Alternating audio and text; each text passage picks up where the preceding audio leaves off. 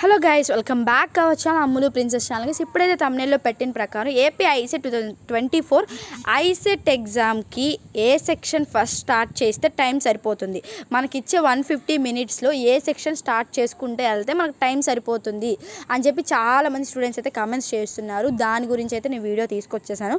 మళ్ళీ ఇంకొక క్వశ్చన్ ఏంటి అంటే, రఫ్ షీట్స్ ఇస్తారా, మనకి రఫ్ షీట్స్ అనేవి మనం సమ్స్ చేసుకోవడానికి రఫ్ షీట్స్ ఇస్తారా లేదా అని చెప్పి చాలామంది అయితే అడుగుతున్నారు. దీని గురించి అయితే నేను వీడియోలో క్లియర్గా చెప్తాను. వీడియోని ఫస్ట్ నుంచి లాస్ట్ వరకు అయితే చూడండి, ఎక్కడ స్కిప్ చేయకండి. దయచేసి వీడియోని లైక్ చేయండి. సో ఎందుకు లైక్ చేయమంటున్నానంటే, మీలాంటి స్టూడెంట్స్ ఇంకా చాలామంది ఉంటారు, వాళ్ళ వరకు చేరాలి. మీరు లైక్ చేస్తేనే వీడియో అయితే చూస్తున్నారు కానీ లైక్ చేయట్లేదు.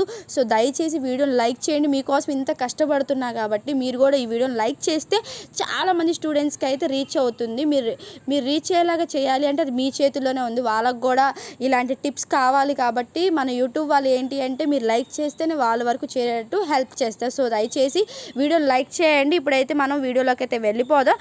సో ఫస్ట్ అయితే నేనైతే present MBA second year 4th సెమిస్టర్లో ఉన్న ఆచార్య నాగార్జున యూనివర్సిటీలో నేను చదువుతున్నాను. సో ఐసెట్ ఎగ్జామ్కి ఏ సెక్షన్ ఫస్ట్ స్టార్ట్ చేస్తే టైం సరిపోతుందని చెప్పి చాలామంది అడుగుతున్నారు. సో ఫస్ట్ అయితే నేను చెప్పేదైతే నేను చెప్తాను. మీకు ఇలా స్టార్ట్ చేస్తే మీకు నచ్చిద్ది అనుకుంటే మీరు ఇలాగే స్టార్ట్ చేయండి. ఎందుకంటే టైం ఎలా సరిపోద్దు నేనైతే చెప్తాను. ఇప్పుడు మీరు టైం సరిపోయేటట్టు మీకు ఈ సెక్షన్ స్టార్ట్ చేస్తే టైం సరిపోతుంది. కొంతమంది ఏంటి అంటే వేరే సెక్షన్ స్టార్ట్ చేస్తారు, దానివల్ల టైం సరిపోకపోవచ్చు. ఫస్ట్ అయితే స్టార్ట్ చేయాల్సిన సెక్షన్ ఏంటి అంటే ఇంగ్లీష్ అనేది స్టార్ట్ చేయండి. ఎందుకంటే మీరు ఇంగ్లీష్ స్టార్ట్ చేస్తే ఏమవుతుందంటే, ఇంగ్లీష్ ఏంటి అంటే మనం డైలీ అలాంటి బిట్స్ వింటూనే ఉంటాం, మన చిన్నప్పటి నుంచి ఆ బిట్స్ చూస్తూనే ఉంటాం. కాబట్టి మనకి ఇంగ్లీష్ క్వశ్చన్ చూడగానే ఆన్సర్ కొంచెం తెలిసినట్టు ఉంటుంది. కొంచెం ఇంగ్లీష్ చూడగానే ఆ బ్లాంక్స్ కానీ, ఆ ప్రపోజిషన్స్ కానీ, వొకాబులరీ కానీ మనకు చూసినట్టు ఉంటుంది. ఎందుకంటే ఇంగ్లీష్కి టైం టేకింగ్ ఎక్కువ తీసుకోదు. మీకు ఇచ్చిన 150 మినిట్స్ మీరు ఫస్ట్ ఇంగ్లీష్ స్టార్ట్ చేశారనుకో, దానికి ఎంతో టైం తీసుకోదు. దానికి చాలా టైం అనేది కేటాయించాల్సిన అవసరం లేదు, దానికి కొంచెం టైం పడుతుంది. ఫస్ట్ అయితే మీరు ఇంగ్లీష్ స్టార్ట్ చేశారు అంటే దానికి ఎంతో 150 మినిట్స్లో మీకు ఎంతో పట్టదు. హాఫ్ అన్ అవర్ ఇంగ్లీష్కి, ఒక హాఫ్ అన్ అవర్ కూడా అవసరం లేదు. ఒక 20 మినిట్స్ 25 మినిట్స్ ఒక హాఫ్ అన్ అవర్ వేసుకోండి. హాఫ్ అన్ అవర్లో అయితే మీకు ఇంగ్లీష్ అనేది అయిపోతుంది. నన్ను అడిగితే హాఫ్ అన్ అవర్ కూడా చాలామందికి అయితే పట్టకపోవచ్చు. ఎందుకంటే ఇంగ్లీష్ అనేది రోజు చదువుతూనే ఉంటాము, ప్లస్ మనకి ఆ బిట్స్ అనేవి ఏదో ఒకటి రూపంలో వస్తూనే ఉంటాయి. మనం పక్కన వాళ్ళతో మాట్లాడేటప్పుడు కానీ, కన్వర్జేషన్స్లో కానీ సో వస్తూనే ఉంటాయి. కాబట్టి ఇంగ్లీష్ అనేది ముందు మనం స్టార్ట్ చేస్తే అది తక్కువ టైంలో వెళ్ళిపోతుంది. ఆ తర్వాత ఏం స్టార్ట్ చేయాలంటే కంప్యూటర్ టెర్మినాలజీ. ఈ కంప్యూటర్ టెర్మినాలజీ ఏంటి అంటే మనకి చిన్న క్వశ్చన్సే ఉంటాయి కంప్యూటర్ టెర్మినాలజీలో. ఓకేనా, మీరు అనుకుంటున్నట్టు ఎక్స్పెక్ట్ చేసిన పెద్ద ఏమి ఉండవు. మీకు బేసిక్ కంప్యూటర్ టెర్మినాలజీ ఉంటుంది. బేసిక్ కంప్యూటర్ గురించి అయితే దాని గురించి ఉంటుంది. ఫస్ట్ అయితే ఇంగ్లీష్ స్టార్ట్ చేయండి అండ్ కంప్యూటర్ స్టార్ట్ చేయండి. ఎందుకంటే ఈ రెండు మనకి వస్తూ ఉంటాయి, మనం ఫ్లూయెంట్గా మాట్లాడుతూ ఉంటాము, దాని గురించి తెలుస్తూ ఉంటుంది. ఫ్రెండ్స్తో కన్వర్జేషన్ జరిగేటప్పుడు ఇంగ్లీష్ మనం మాట్లాడుతూ ఉంటాము, ప్లస్ చిన్నప్పటి నుంచి చూస్తూ ఉంటాం కాబట్టి ఆ వొకాబులరీ కానీ, ప్రపోజిషన్స్ కానీ, ఇలాంటివన్నీ సెంటెన్సెస్ కానీ మనకి తెలుస్తూ ఉంటాయి. కాబట్టి కొంచెం ఆన్సర్స్ అనేవి ఈజీగా ఉంటాయి పెట్టడానికి. అలాగే టైం కూడా సరిపోతుంది. ఓకేనా, నెక్స్ట్ స్టార్ట్ చేయాల్సింది ఏంటి అంటే ఈ రెండు అయిపోయిన తర్వాతే మీరు మ్యాథమెటికల్ ఎబిలిటీకి వెళ్ళండి. ఓకేనా, మ్యాథమెటికల్ ఎబిలిటీకి వెళ్ళండి. మీకు ఇది అయిపోయిన తర్వాత మ్యాథమెటికల్ ఎబిలిటీకి వెళ్ళండి. ఎందుకంటే లాస్ట్లోనే ఇవన్నీ అయిపోయిన తర్వాత మ్యాథమెటికల్ ఎబిలిటీ పట్టుకోండి. ఓకేనా, ఎందుకు అంటే నేను చెప్పేది మ్యాథమెటికల్ ఎబిలిటీ లాస్ట్లో పట్టుకోండి. మ్యాథమెటికల్ ఎబిలిటీకి చాలా టైం టేకెన్ తీసుకుంటుంది. మీరు ఫస్టే మ్యాథమెటికల్ ఎబిలిటీ స్టార్ట్ చేశారు అంటే మీకు ఇప్పుడు నెక్స్ట్ కమ్యూనికేషన్ ఎబిలిటీకి ఇంగ్లీష్ పెట్టాలన్నా, కంప్యూటర్ టెర్మినాలజీ పెట్టాలన్నా మీకు టైం సరిపోక ఏయో బిట్లు పెట్టేసుకుంటూ వచ్చేస్తారు. అక్కడ మీ మార్క్స్ అనేవి లాస్ అయిపోతారు. అందుకే నేను చెప్తుంది, ఫస్ట్ అయితే ఇంగ్లీష్ అండ్ కంప్యూటర్ అనేది స్టార్ట్ చేయండి. ఆ రెండు అయిపోయిన తర్వాత మ్యాథమెటికల్, ఆ రెండింటికి ఎంతో టైం పట్టదు. ఆ టైం ఒక హాఫ్ అన్ అవర్ దానికి పడుతుందేమో మహా అయితే కంప్యూటర్కి అండ్ ఇంగ్లీష్కి.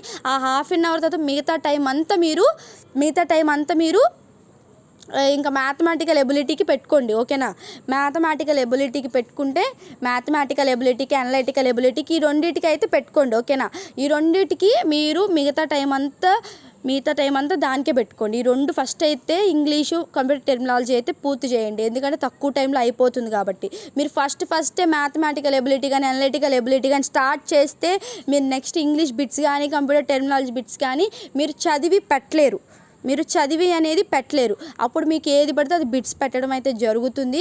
సో 150 మినిట్స్ని మీరు ఏంటి ఆ 150 మినిట్స్ మీకు మ్యాక్సిమం ఆ 150 మినిట్స్ ఏమవుతుందంటే ఆ అనలిటికల్ ఎబిలిటీకి, ఆ మ్యాథమెటికల్ ఎబిలిటీకే సరిపోతుంది.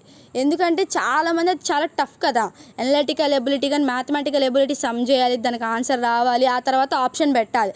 సో దానికి నేను చెప్తుందండి, ఫస్ట్ అయితే ఇంగ్లీషు, కంప్యూటర్ టెర్మినాలజీ అవగొట్టుకోండి. ఆ తర్వాత మిగతా టైం అంతా మ్యాథమెటికల్ ఎబిలిటీకి, అనలిటికల్ ఎబిలిటీకి పెట్టుకోండి. ఓకేనా? ఫస్ట్ అయితే ఇంగ్లీషు, కంప్యూటర్ అయిపోయిన తర్వాత మీరు మ్యాథమెటికల్ ఎబిలిటీ కానీ, అనలిటికల్ ఎబిలిటీ రెండిట్లో ఏదైనా స్టార్ట్ చేసుకోండి, ప్రాబ్లం లేదు. ఎందుకంటే రెండు మ్యాథ్స్ ఓరియంటెడే కాబట్టి analytical ability and mathematical ability అని 2 స్టార్ట్ చేసుకోండి. ఎందుకంటే మిగతా టైం అంతా దానికి కేటాయించారంటే కరెక్ట్గా మీరు అన్ని బిట్స్ చదివి పెట్టగలరు. ఇలా స్టార్ట్ చేస్తే మీరు అన్ని బిట్స్ టెన్షన్ లేకుండా అన్ని బిట్స్ ప్రిపేర్ అయిన వాళ్ళు అన్ని బిట్స్ క్లియర్గా అయితే పెట్టగలరు. ఓకే, ప్రిపేర్ కాని వాళ్ళు కూడా ఇలాగే స్టార్ట్ చేయండి. ఎందుకంటే ఇంగ్లీష్ అనేది ఎప్పుడు మనం మాట్లాడుకుంటూ, గ్రామర్ అనేది మనకి డైలీ మనకు తెలుస్తూ ఉంటుంది, గ్రామర్ ఎంతో కొంత. సో దాని గురించి ప్రిపేర్ అయిన వాళ్ళైనా, ప్రిపేర్ కాని వాళ్ళైనా నేను చెప్పినట్టు సెక్షన్ ఫస్ట్ ఇంగ్లీషు, కంప్యూటర్, ఆ తర్వాత mathematical ability, analytical ability start చేసుకుంటే మీకు 150 మినిట్స్ అనేది కరెక్ట్గా అయితే సరిపోతుంది. మీరు నీట్గా చదివి పెట్టగలుగుతారు. ఓకేనా? అదే మీరు ఫస్ట్ అనలిటికల్ ఎబిలిటీ కానీ, మ్యాథమెటికల్ ఎబిలిటీ కానీ స్టార్ట్ చేశారా, మీరు నెక్స్ట్ ఇంగ్లీష్ కానీ, కంప్యూటర్ టెర్మినాలజీ క్వశ్చన్స్ చదవకుండా ఏది పడితే అది పెట్టాల్సి వస్తుంది. సో దయచేసి ముందు ఈ సెక్షన్ స్టార్ట్ చేసిందో ఆ సెక్షన్ స్టార్ట్ చేయండి. అలాగే చాలామందికి వచ్చిన క్వశ్చన్ ఏంటి అంటే, మరి రఫ్ షీట్స్ ఇస్తారా మేము మ్యాథమెటికల్ ఎబిలిటీకి, అనలిటికల్ ఎబిలిటీ ప్రిపేర్ అవ్వడానికి అని అడుగుతున్నారు. అదే సమ్స్ చేసుకొని ఖచ్చితంగా మీకైతే రఫ్ షీట్స్ అయితే మీకు ప్రొవైడ్ చేస్తారు. 3-4 రఫ్ షీట్స్ అయితే మీకు ప్రొవైడ్ చేస్తారు. ఆ 3-4 రఫ్ షీట్స్లోనే మీరు మొత్తం చేసుకోవాలి. ఇంకా అదనంగా మీకు ఇంకా రఫ్ షీట్స్ ఇవ్వరు, ఒక 3-4 రఫ్ షీట్స్ అయితే ఇస్తారు అంతే. దాంట్లోనే మీరు మొత్తం చేసుకోవాలి. అనలిటికల్ ఎబిలిటీ, మ్యాథమెటికల్ ఎబిలిటీ అనేది ఆ రఫ్ షీట్స్లోనే మీరు చేసుకోవాలి. క్యాలిక్యులేటర్స్, ఎలక్ట్రానిక్ గ్యాడ్జెట్స్ అయితే అలో లేదు. దయచేసి ఇవేమి తీసుకొని వెళ్ళకండి. ఓకేనా? వాచెస్, క్యాలిక్యులేటర్స్ ఇలాంటివి ఏమి తీసుకొని వెళ్ళకండి. సో దయచేసి ఇది ఆల్ ది బెస్ట్ స్టూడెంట్స్. ఎవరైతే ఐసెట్కి వెళ్ళబోతున్నారో మీకు అందరికీ best wishes. All the best your exam. Thank you. ఈ వీడియోని లైక్ చేయండి, షేర్ చేయండి. Signing off Amul princess.